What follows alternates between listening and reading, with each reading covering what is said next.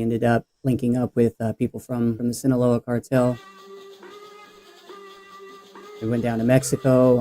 I did things that I am ashamed of and I never would have thought about doing. My turning point was went to a hotel room to re-up, and the hotel room was in my name. I knocked on the door, and next thing you know, I see a mutual friend of ours, guns to his head, hogtied on the towel rack in the bathroom, pistol whipped in his forehead. You got two choices, Jared. We're either going to kill him here on the floor, or we're going to put him in your truck and take him to the desert. Took him to the desert, and I walked off.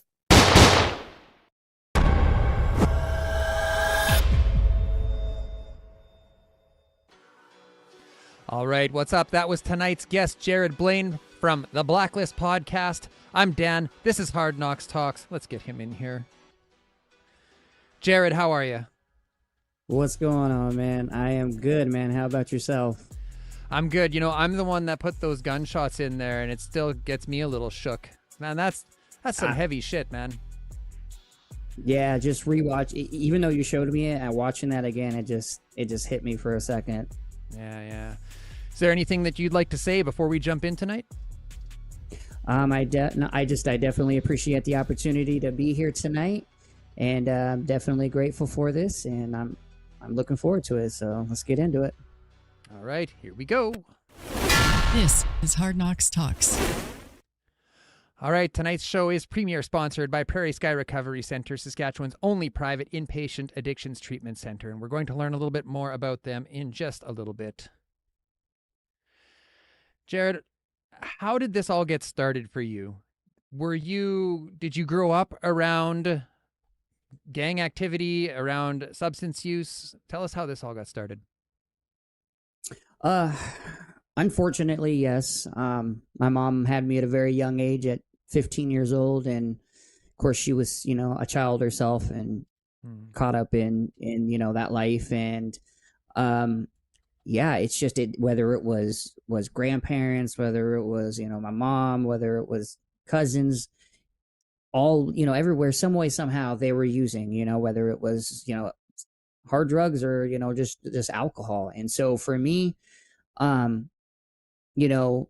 watching somebody bring in $100,000 worth of marijuana was like that was normal for me. So I just that was like an every and I'm not gonna say it was like all day every day, but yeah, people that I know that trafficked it through the family and whatnot, and that was normal for me. So that's really just kind of the way it was. How old were you when you started to realize that maybe this wasn't normal? About 11, 12. I realized, because you get to that point, where you start, staying at other people's houses, their friends' houses and different things. And you're just like, you look at their life and like their family, and then you look at mine and I'm like, wow, like, no, this isn't normal. Mm-hmm. Was it like too peaceful for you? Like, did it feel weird? A little bit it did, but I appreciated it, to be honest with you. Like, it was nice to be able to no, I can go stay the night at a friend's house, and it was, I was safe, quote unquote, or I wasn't going to have to worry about, someone coming home, piss poor drunk, passing out on the floor or something. Yeah. How old were you the first time you got loaded? So first time that I drank liquor was 8. My mother, unfortunately, was with different men, and they were very abusive and whatnot. And so my stepdad at that time, he actually gave me my first shot of whiskey, and it was kind of like, I liked it. Like, it felt really good. And then I was about 11 when I first started smoking, weed. So when you were 11, did you go all in right away, or was it sort of a slow progression? It was a slow progression. It was, smoking cigarettes, drinking liquor, that was just kind of the thing. I might, smoking weed, it was just, and it wasn't like an everyday thing, but I'd just do it, I'd go, I'd go get high with guys that my mom was, was supposed to be dating, like they take me out when we go smoke together or go drink together, and I'm 11, 12 years old. Well, that was going to be my next question. Like, what did the adults in your life say about it? Like, what did your mom say about it? Um, it was very hard for my mom because she used to get beat all the time. It was almost like she didn't really have a say. I used to have to watch my mom be curled up on a ball on the floor while somebody was beating the crap out of her. So of course, she's not gonna like that I go and I smoked weed with somebody, especially an adult. But what is she gonna say? Because their reaction is, she's not gonna want to get her ass beat. Sorry, I don't know sure if I can curse. Oh yeah, go ahead. Sorry, I just wanted to make sure. My bad. No, it's all good. So she wanted a better life for you. She did. It wasn't like, that it wasn't like, she just wanted us to have a crappy life. Like, no, she did. I mean, she wanted a better life and she was trying the best that she could. I love my mother and she tried the best she could, but she was also a child herself when she had, when she had me at a younger age. And, she was growing up and learning just like everybody else was, and unfortunately, her mother, my grandmother wasn't at that time the best. My grandmother was an alcoholic, and my grandfather was an alcoholic. So she didn't have the best people and influences in her life either. So what was we all go to school, and at some point we all hear the talk about drugs, right? From the teachers or from on posters on the wall or whatever, drugs are bad, all of these things. What were your thoughts that would go through your head when you'd come from an environment like that where drugs were just everywhere, coming to school where there's this other narrative going on? Did you believe that drugs were bad, or did that maybe fuel your fire more? No, I mean, I knew drugs were bad, even though I saw it on a consistent basis. Like, I knew it was bad. I knew it was illegal. I knew you shouldn't do this, but it was like in one ear and out the other for me. I didn't, like, drugs are bad, but I knew drugs are bad. But there was like no conflict in my mind, I have a quick question. It kind of relates to what Dan was asking about the whole, just say no to drugs campaign and all that kind of stuff. So you had this awareness that it was bad and illegal and all this kind of a stuff. Like, I can only imagine like how much fear you must have been living in. Like, aside from witnessing your mom's domestic violence, the fear of being discovered that there's all this basically trafficking going on in your house. Like, that must have been really intense for you. Yeah. It definitely was a thought in my mind, like, I would have cousins who would be coming through, from Mexico, and they just picked up a load and they needed to stay the night at our house, so they would unload everything, into a closet, and it's like, and I could just imagine, like, what happens if, they were being tailed or, and the police come in and raid, and now all of us are, we're probably getting taken away and everyone's going to be going to jail as far as the adults. So it was definitely scary. I'll be honest there. It was scary. Did you ever get like, oh, go ahead. So how old did you, like, can you recall it? Like, what age you became cognizant of the danger that was involved with this? Yeah, I would say like, right around 12, 13, at that point, 11 to the 13 age, is when I realized that it's not normal. And then, wow, something can actually happen, Did you get involved in the business, so to speak, early on, or did that come later? No, I stayed straight and narrow, as far as that goes. I didn't really get involved in any of that until, when I was late, in my late 20s. But just because I saw that, like, it's ironic how I got into it, because, my whole life growing up, I saw it. And then I was like, I don't want, to be in like that type of lifestyle, but it's weird that the tables turned, because like, I knew I didn't want that, but I ended up, turning to that. So when did it get heavy for you? Like when did you start getting into the heavier substances? Did you Let's take one quick step back. Did you graduate high school? I did. I graduated high school.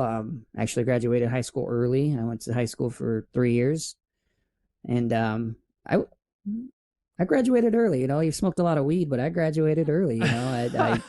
It's weird. I can tell you this: I'd smoke breakfast, lunch, and dinner, Yeah. but I went to school. I had a decent GPA. I wasn't the smartest, but I Well, was able to. if you graduated a year early, you must have been doing something extremely right. Did you enjoy school? Not at all. No, I'll tell you that. Not at all. My day was just my consistent day. It consisted of just wanting to go get high. Like that's pretty much what I wanted to do. Of course, I'm a teenager. Yeah. So, but that was like, oh, I can't wait till I get out of school. So I can go smoke. Or More or I weed. can go drink.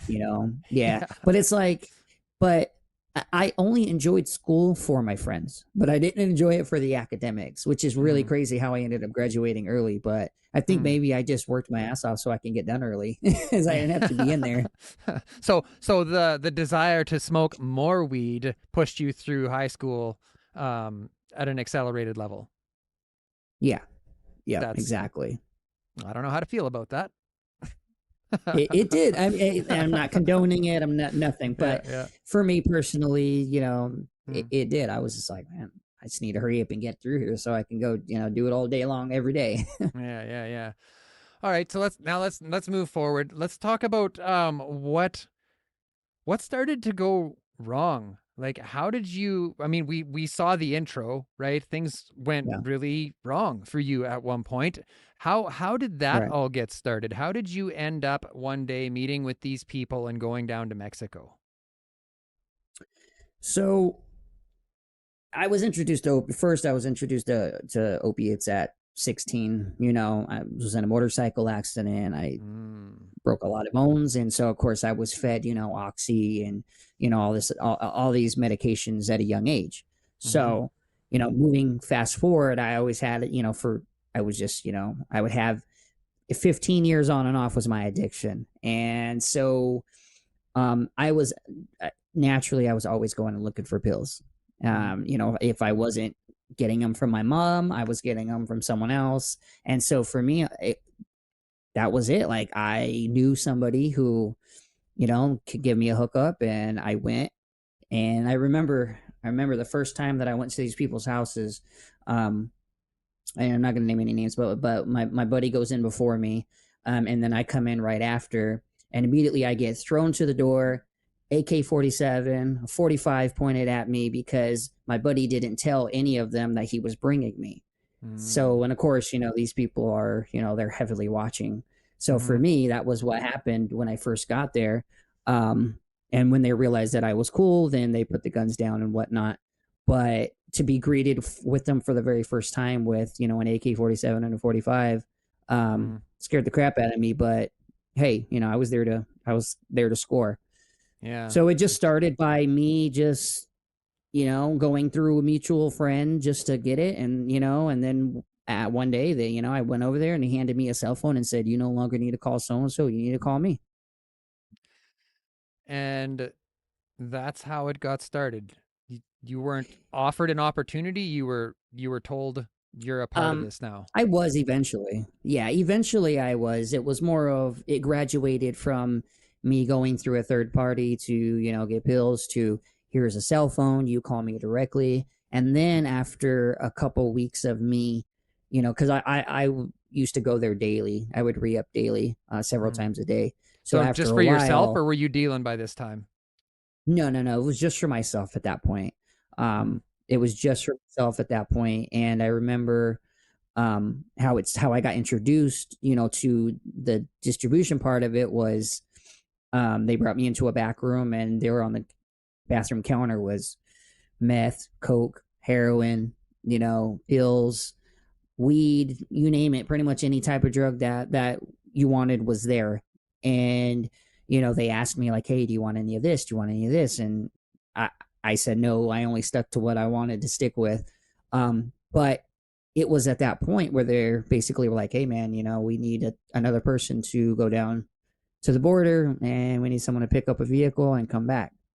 You know, you get paid like 10 grand for that, you know, just to go down there and do that. And that's the way it started.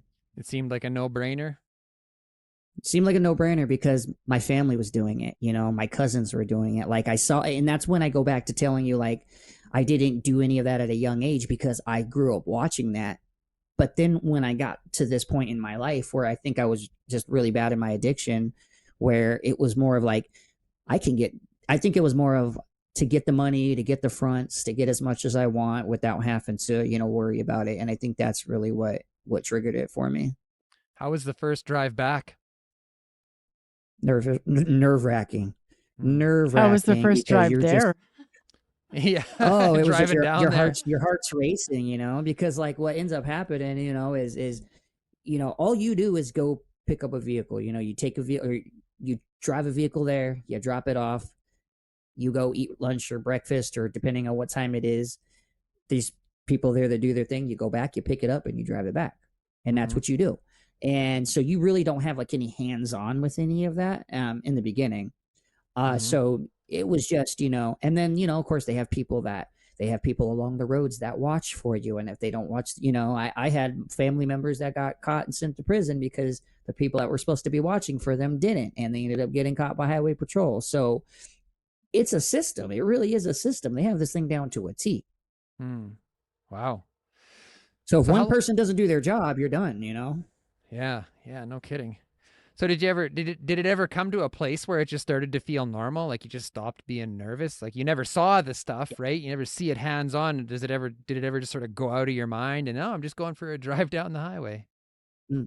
Yeah, you know, it did. You know, I got more hands on with it later down the line, but it was normal. Like for me, it was just like, man, I could go make an easy 5 or 10K, you know, and mind you, I lived in Phoenix, Arizona. It's only 4 hours to the border. So for me, an 8-hour trip, easy money, you know, and then the more that you do it, the more you realize that they're doing their job, right? The watchers are doing their job, you know, and so really you just like, I ain't got really nothing to worry about.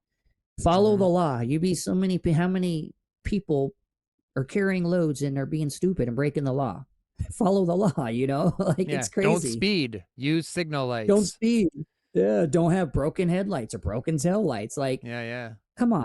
Nowadays, I watch YouTube dash cam videos and I'm looking at these people and I'm like, yeah, doing it all wrong. Really? Just critiquing. Do better. Yeah. So you're just like, what the hell, man? Really? You're going to be doing that? So tell us when it all went wrong. Oh, yeah. So when it all went wrong was basically, and mind you, I'd been living like that for about 2 years. And like I said, I re-up every single day. I re-up. And are we going into this story right now? Is this what we're doing? Sure, we can. Yeah. Okay, because this is where it all went wrong, you know, for me. Like this is where I finally decided I needed to get out. But yeah, sorry, can I just interject real quick? I just want to clarify, like, your substance of choice at the time and throughout this was opiates. Correct. Okay, because you had mentioned meth and a few other fentanyl. things, so I just wanted to make sure that that's still where we were. Nope. So you know what? No, that's it. I want to take another step back because we did fentanyl for 5 years together, and like we didn't know what we were getting into, and it sounds like you didn't really know either. Tell us about like what was it like the first time you got dope sick? Like, did you know you were gonna get sick, or was it just like a kick in the gut? No, I didn't know. Like, I just remember one day, you know, I woke up and I'm like runny eyes and stuffy nose and my stomach was hurting. And I'm like, what the heck is going on? Like, I just didn't expect any of that. So, and then of course, you guys know, like the withdrawal from fentanyl, like I could withdraw like within 2 hours, two and a half hours, I was already withdrawing, you know? Yeah. But when it first happened, mind you, I didn't know. I found out I was doing fentanyl later on, but in the beginning, I didn't know. I was just like every other person out there. Oh, here's a 30, you know, here's a blue M30 off the street, you know, and they would be like, you know, you knew that they were going around. You knew what was going around. But, you know, the dealer would be like, oh, no, it's real. So, I mean, yeah. My dealer. Oh, it's real. My dealer said that one time. I'm like, man, these are like different strengths, but they're the same pill. And he's like, well, I don't know. They're not like they're making them in a bathtub or something. And it turns out that they were making them in a bathtub. Yeah. Can't trust those Yeah. dealers. No, that's the thing, and because they don't, at the end of the day, You man, they want don't to. care. You really want to, but you can't. Yeah. Well, you think like for me, I thought my partners, my dealers, I thought they were my best friends in the entire world. I think we all did at one point.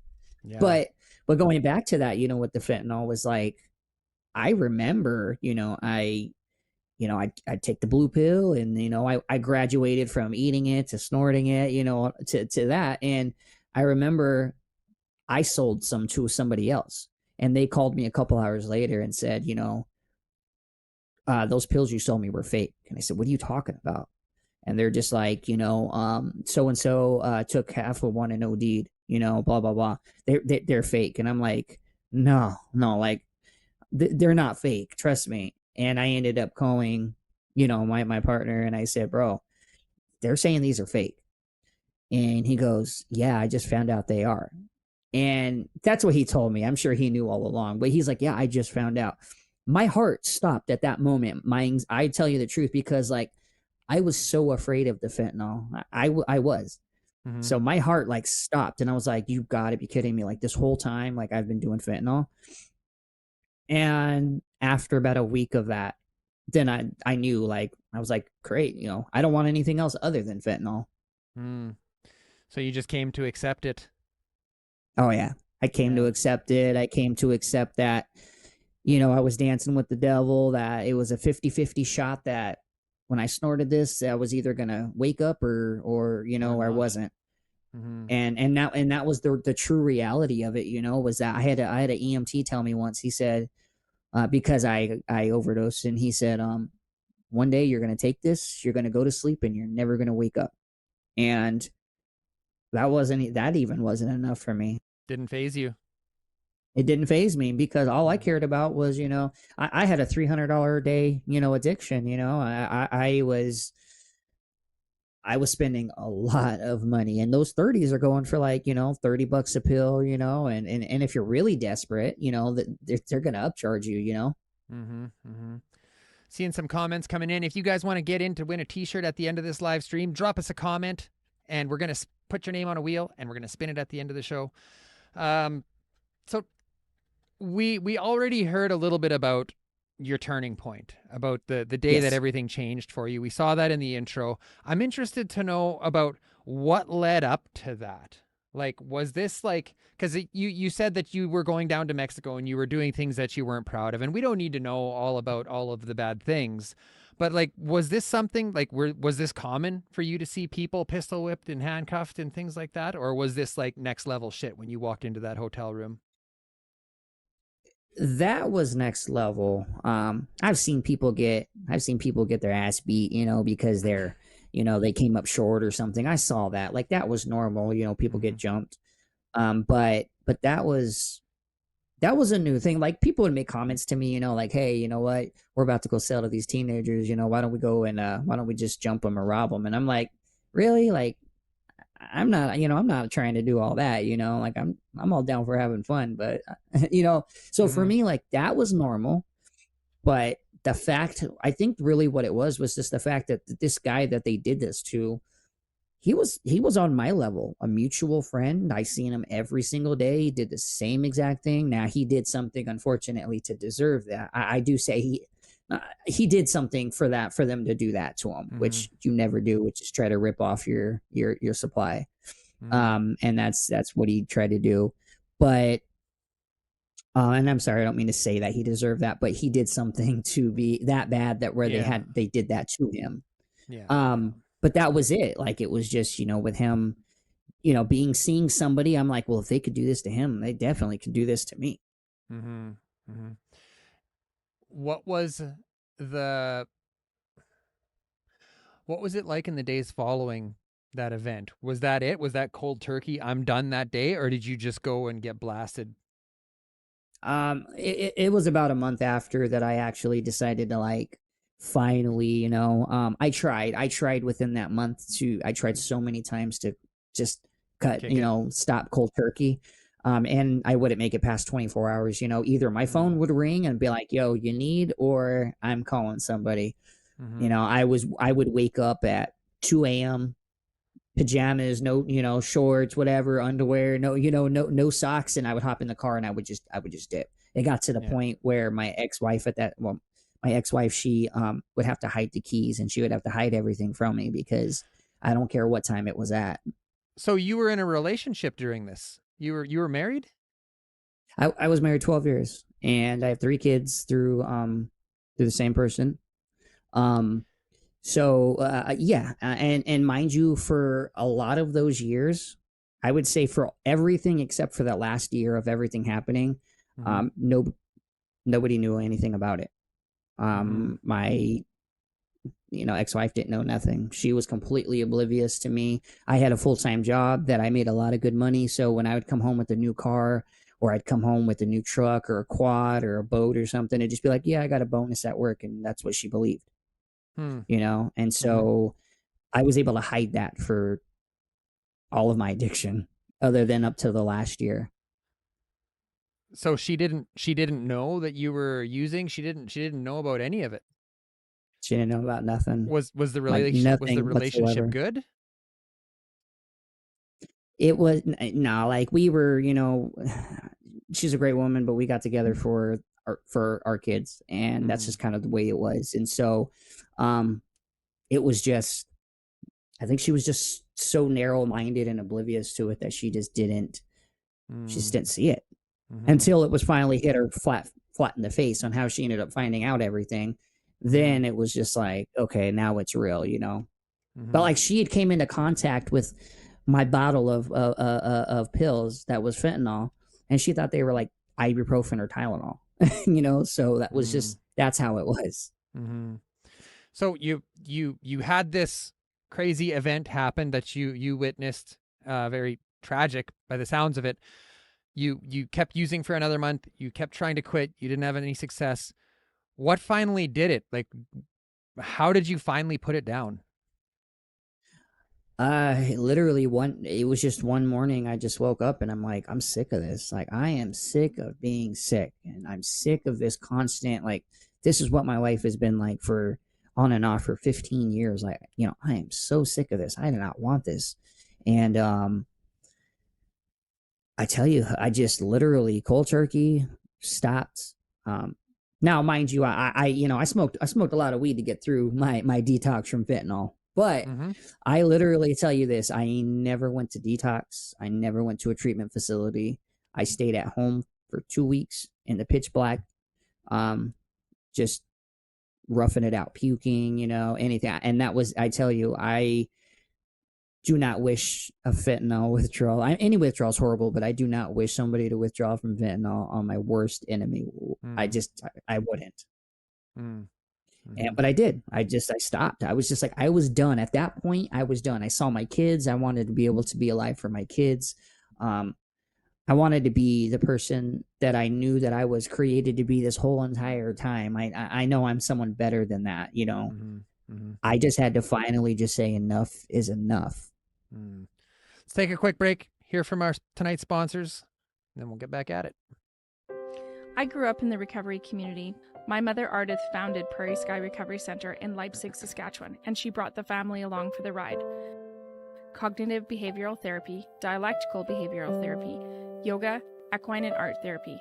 We also support medically assisted treatment strategies and so much more. Check us out online at www.prairieskyrecovery.ca or follow us on Facebook. My name is Jacqueline Hoffman, CEO of Prairie Sky Recovery Center, and if you or a loved one is struggling, I hope you'll reach out, because healing happens here. All right, tonight's show is also brought to you in part by Stronger Together Canada, peer-led support groups by Moms Stop the Harm, supporting those who struggle with the substance use of a loved one or who have tragically lost someone to drug-related harms. Possibilities Recovery Centre, Saskatchewan's only outpatient addictions treatment centre, serving Saskatchewan from their Saskatoon, Saskatchewan location. And Naranon Groups of Saskatchewan, meeting in Moose Jaw, Regina, Saskatoon, and Swift Current. For more information on those, call or text Ronnie at 306-371-6000. 888-888-7537. Or for more information to learn about all our sponsors, check out our new merch. Or if you want to show us some love and buy us a coffee, all of those links are in the show notes below. And Jasmine Cabrera is in the chat celebrating 3 years today. I saw that on Facebook. So happy birthday, Jasmine. Glad you could make it this evening.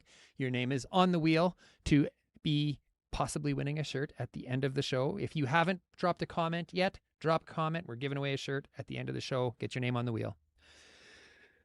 So you shook it off. That's crazy.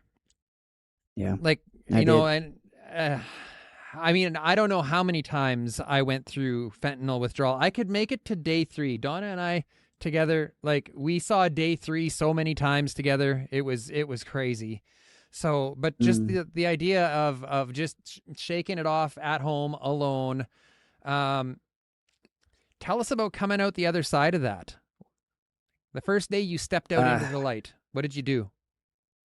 Oh, I had mad anxiety for first. I had been home for so long that I was going into a panic attack just getting into the vehicle, you know. Mm-hmm. It was, and so what did I do? I think I went to an event at my kids' school. That was the first thing and that I did, which it was weird. I shouldn't have done that, you know, Probably as my first not, no. event, but I did that. But I remember walking out the front door, and the sun's so bright, and my eyes are just burning my eyes, you know. I'm like, man, I haven't seen daylight in so long. And I just remember like getting into the car, and as soon as I got into the car, we started driving, I just started getting anxiety. I just started feeling my chest and my breathing, and it was just so weird. It took me about 3 or 4 days of getting out and to get past the anxiety. It was pretty bad. So was there any peer support, any meetings? Like, what did you do to get right? I was heavily involved in meetings. So for me, and I'll tell you this, I'm going to shout. Yeah. How was your child's event at school? I should have asked you that in the first place. It was good. I don't remember a lot, but it was from what I do remember, it was good. You know, my memory is I do have a bad memory because of everything. So, I do got a mad, you know, so it's weird. I remember some things, and then there's other things like I have no recollection that even happened. So, it was good. It was like a visit the teachers or something like that. So I'm sorry that we're sitting here laughing, but you're just like shaking good, it off, and you're like, oh, I meet the teacher. Yeah, it was. I was just no pressure at all there. I'm still, still nauseated and different things like that, you know, because it just doesn't go away. You know, it's like you still gonna have those. I remember being like super weak for like 2 months. Yeah. Yep, I was really weak too. But yeah, so going back to the support, you know, I started going to a thing called Celebrate Recovery. So it was a Christian, you know, for people that don't know, you know, it's a faith-based recovery program. I grew up in church, to be honest with you. Like I did. I grew up in church, and so for me, like it was just. I kind of felt just really, you know, my uncle was in recovery, and he went to the Celebrate Recovery event and he invited me, and I started going there.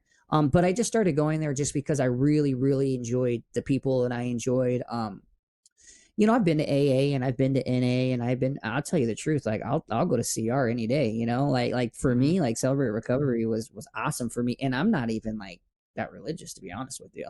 Like I grew up in church, but I'm not like this holy roller or anything like that, you know. So growing up in church, did you ever cop a resentment towards God, like during all of this darkness?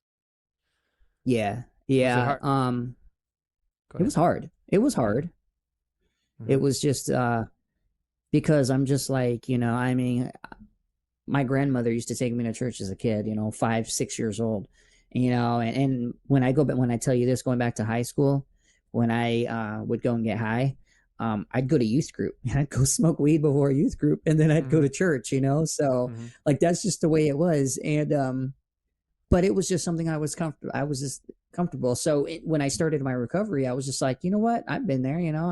I can go to a CR at a church. But I did, when things got bad, I was just sitting here like, why? I know we can't sit here and put the blame on God or higher power or whatever you believe in, Yeah. there's more to that. But I just was like, why?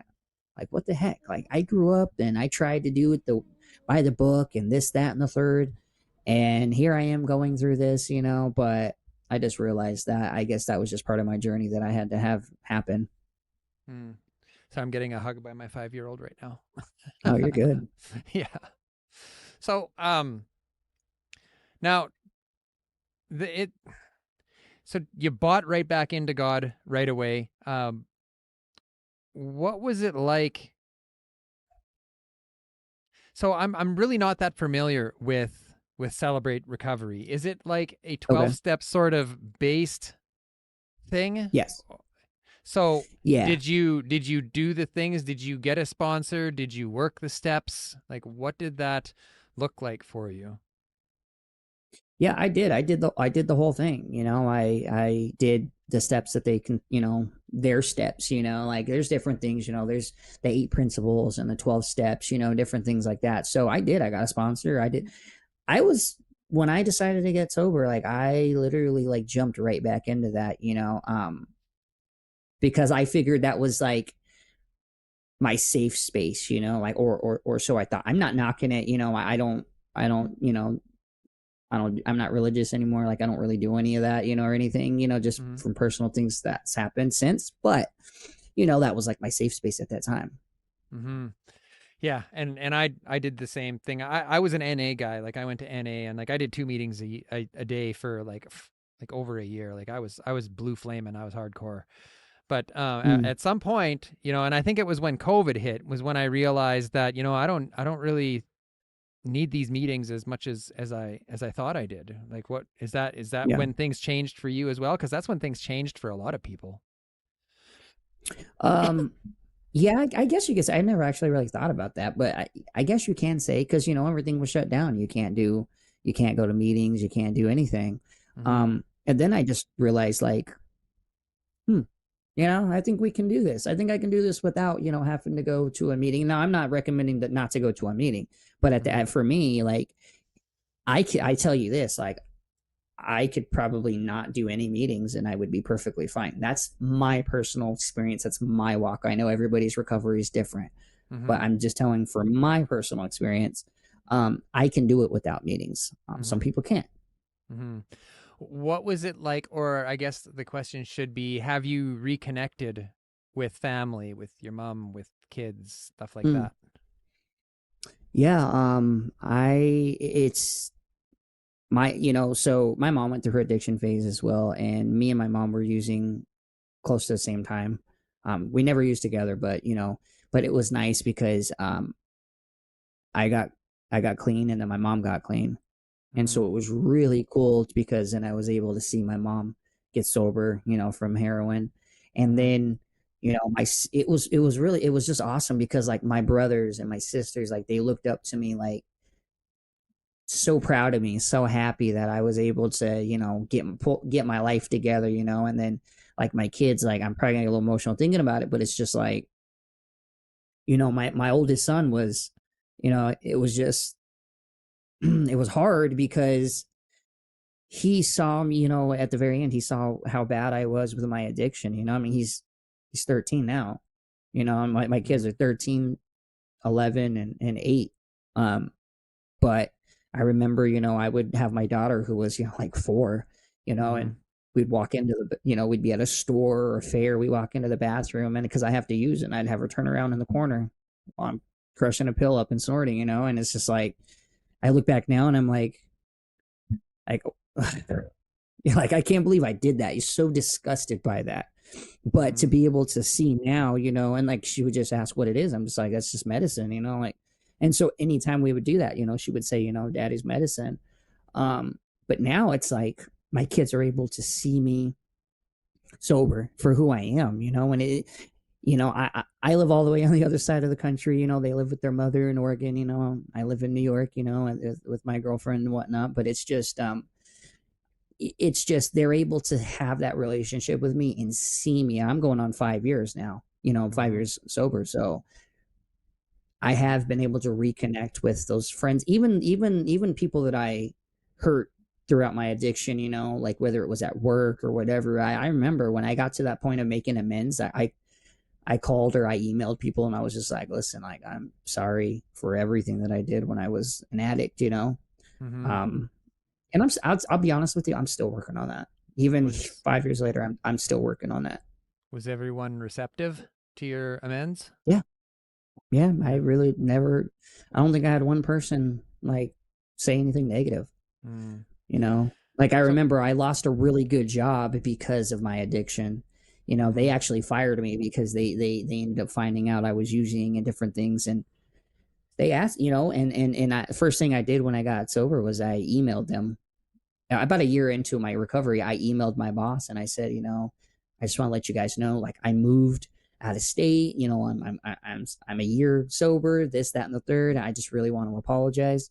Mhm. And yeah, like they called me up and they're like, listen, like, no hard feelings. Like, like we knew who, because I worked for them for several years. They're like, we knew who you were as a person. Like, Yeah. we aren't, so we had to let you go, obviously, for liability reasons and you using, but we, you were like a son to us. So we know who you are. And it was really cool because I was able to just, like, that for me, that was a huge thing for me because I Mhm. really screwed that job up. That was probably the best job I ever had in my entire life, Yeah. you Yeah. know? And I ended up going back to work for them Oh after yeah. a while, I did. I Yeah. ended up going back to work for them. I went and made an amend to an employer. I forget. I think I might have been a year in or whatever. But I went back in there and I sort of had it in the back of my mind, like maybe they'll give me my job back. There was no offer of my job back. Mm, They were like, "Oh well, we're happy for you. Like we knew that something was wrong, and we're happy to see you're on a better path now. But see you later." yeah.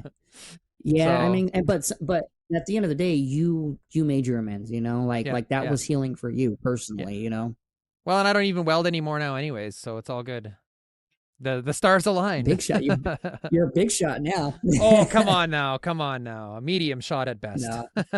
Okay, I'll take Yeah. that. Yeah, so I'm interested to know what the conversation is like with your kids. Like when you first came back into their lives, what did that conversation sound like? Did you talk to them about substance use and about how your addiction played out? And like, what did that sound like? Yeah, I mean, yes and no, because they were still they were still very young. Like, mind you, my daughter's 8 and I've been sober for 5 years. So, Mm-hmm. or so, and so so she was obviously still little, and then my kids and whatnot. So I did talk to them and just they knew that I had an issue and I was very open and honest with them. Mm-hmm. um there was still some resentment, especially with my oldest son. If he would get upset at me about some things, like if I tell him go clean his room and he got mad at me, like, let's just say, the typical teenage thing, like he would bring up something about me using, because, and that right there would made me feel that, like, he's still holding on to pain Did that hurt and you when he brought that up? resentment. Oh, absolutely, it killed me.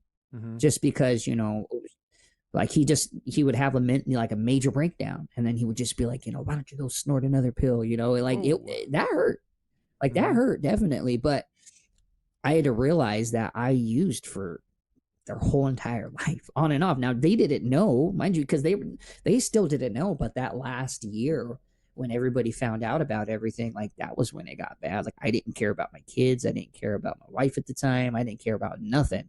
I was Mm-hmm. just, what can I sell to get high, and what can I do? Mm-hmm. Hmm. Tell us about your podcast. How did that get started? So I'm a huge podcast person. I love listening to podcasts. And I will listen to YouTube all day long. And Mm. so at the time I was like, it was 2 years into my recovery, and I was like, there's really not that many podcasts like about like mental health and like addiction and recovery. At that time there wasn't a lot. There's a lot now, which is great, but at that time there wasn't that many. And I was like, I really would love to do something like this, like just share my story and share others people's stories to let other people know, like, hey, like you're not alone. Like we can do it, you can do it. And so it was 2 years into it that I sat there, and then I sat on it for another 2 years. Like I made the Facebook page, and I planned and I made a name and all this, but I really didn't do a whole lot. But I just sat on the idea. And finally, something came to me and was like, if you're going to do it, it's either now or never. Like you're either going to just continue to just say, yeah, that would be nice, and one day I'll put it together, or you're going to, or you're just going to dive head first. And that's what I did. Like I tell you, I had no clue what I was doing. I had, no co-host, no nothing at that time. I was just like, what the heck? All I knew was going live. I found some content creators just by scrolling Facebook on the reels. I'd see one and I'm like, yo, that recovery content, like they're awesome. Sonia Johnson, I got to give a shout out to her because she was the very first person that I ever talked to. She only had like 11 or 12,000 followers at that time. And look at her now, Yeah, I think she's like 340,000 or something now. Yeah, she's on fire. She's almost 400, pushing. And so for me, it was like she was the very, very first person. I saw her reel. I shot her a message. Immediately, she emailed me back and said, heck, yeah, I would love to do it. And then I found like Jamie Tall and then a couple others, but they were the very first people that gave me like a shot at this. And so I do have to give them a lot of credit because a lot of my following did come from them, and like they shouted me out, and whatnot, and so that's where I'm at now, and it's really, really cool because I've been able to meet a lot of great people through this, I mean, and I don't even do a lot of content creators. Like I do everyone from the 9 to 5, to somebody that does this full time, whether they're a podcaster, musician, and I try to just my main thing was just to share stories of hope, give people some hope and positivity. I called it the Blacklist Podcast is because initially when we first went off on this, it was like mental health, addiction, recovery. It was things that society blacklists that we're not supposed to talk about, that they sweep it under the rug,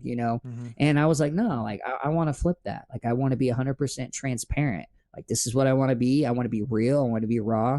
And that's what we did. And here we are now, doing things I never thought we would do, but that's how it started, Where can people find you? So we are on Facebook, Instagram, TikTok, YouTube. Every single thing is at the Blacklist Podcast, and it's Blacklist is spelled BLAKLIST. Wait a minute, that's why I couldn't find BLAK, no C. Oh, were you thinking CK? That's what I was like. I can't find it. No C. Okay, no C. No or you C. won't find it. Yeah, trust me. Yes, I was like stressed out. Well, I sent you the link tree. I don't know if you looked. I know, I got it, and it's in the show notes. It's in the show notes. If you guys want to check them out. It's in the show notes. So, and as far as that, we're on Spotify, Apple Podcasts, iHeartRadio, Pandora, Google, anywhere that podcasts are there. That's where we're at. Awesome. And we're dropping once a week. I think every Wednesday right now is what we're doing. Cool. All right, man. We'll let you go. Thanks so much for joining us tonight. And thank you so much. See you around. You're very welcome. All right, man. Appreciate it. Thank you. All right. If you're getting something out of what we're doing tonight, give that like button a click at the bottom of the screen. Hit that. If you're not subscribed, hit that subscribe button. Turn on notifications. We go live every Friday morning, every Sunday evening. We got tons of content for you. You can find it here on YouTube, or you can listen to it on Apple Podcasts, Google Podcasts, Spotify, wherever you listen to podcasts. Stick around. We're going to spin the wheel. Good night, everyone. Say, this is Hard Knocks Talks. All right, let's spin this wheel.